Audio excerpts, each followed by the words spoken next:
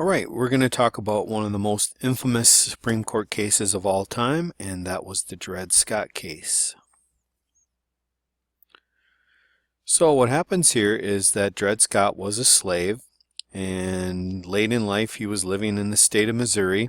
As a younger person, he had been owned by a man who was in the army. His master was a surgeon, and his master had moved from place to place, serving on different army outposts. And Dred Scott had been brought by his master to bases in the old Northwest Territories. And by the law of the Northwest Territories, slavery was illegal.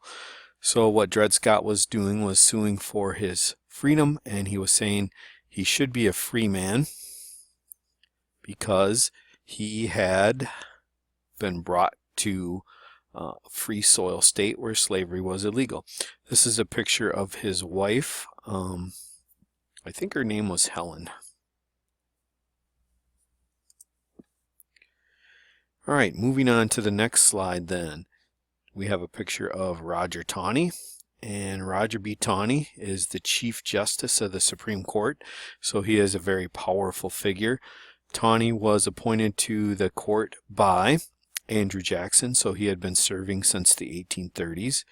An interesting thing about Tawny is that although he was from Maryland and the South, he was very sympathetic to slave owners. Through marriage, he had inherited slaves, his wife did, but when he found out that he owned slaves, he freed them. So out of curiosity, you wonder what direction he's going to go when the court rules on this case. Okay, let me hit that button there. We zoom back out. So just know that he's sympathetic to slave owners.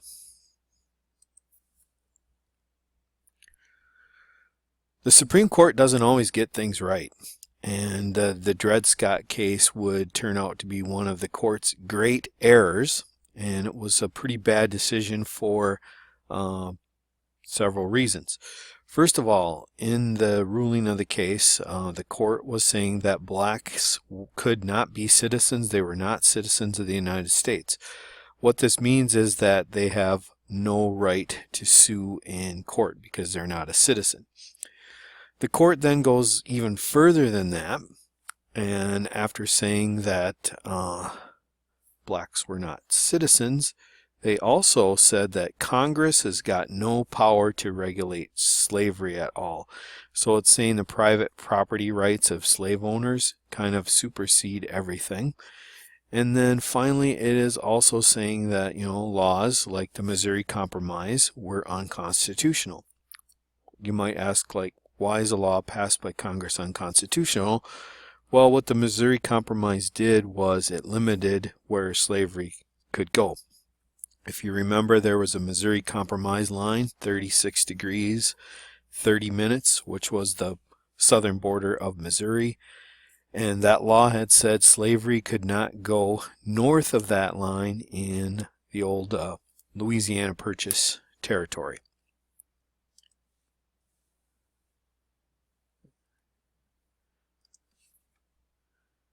All right, so the last thing here, we have instead of settling the issue of slavery and calming things between the North and the South, it made matters worse. The abolitionist movement is going to continue to gain strength in the North. There's a new political party, and the Dred Scott case is going to help the Republican Party gain in strength and recruit new members. The Republican Party was very much against the expansion of slavery. So we see the North solidifying in its dislike and beliefs that maybe it's time for slavery to go in our country. Dred Scott, fortunately for him, is going to die a free man. People gathered or rallied around his cause and purchased his freedom in 1857. He's going to die a little more than a year later from tuberculosis. The last thing I'd like to comment on is the picture that you're looking at. Here's a portrait of the aged Roger B. Tawny swearing in Abraham Lincoln in 1861. and Lincoln is going to be president when the Civil War erupts. And one of the main reasons for the Civil War was the desire to end slavery.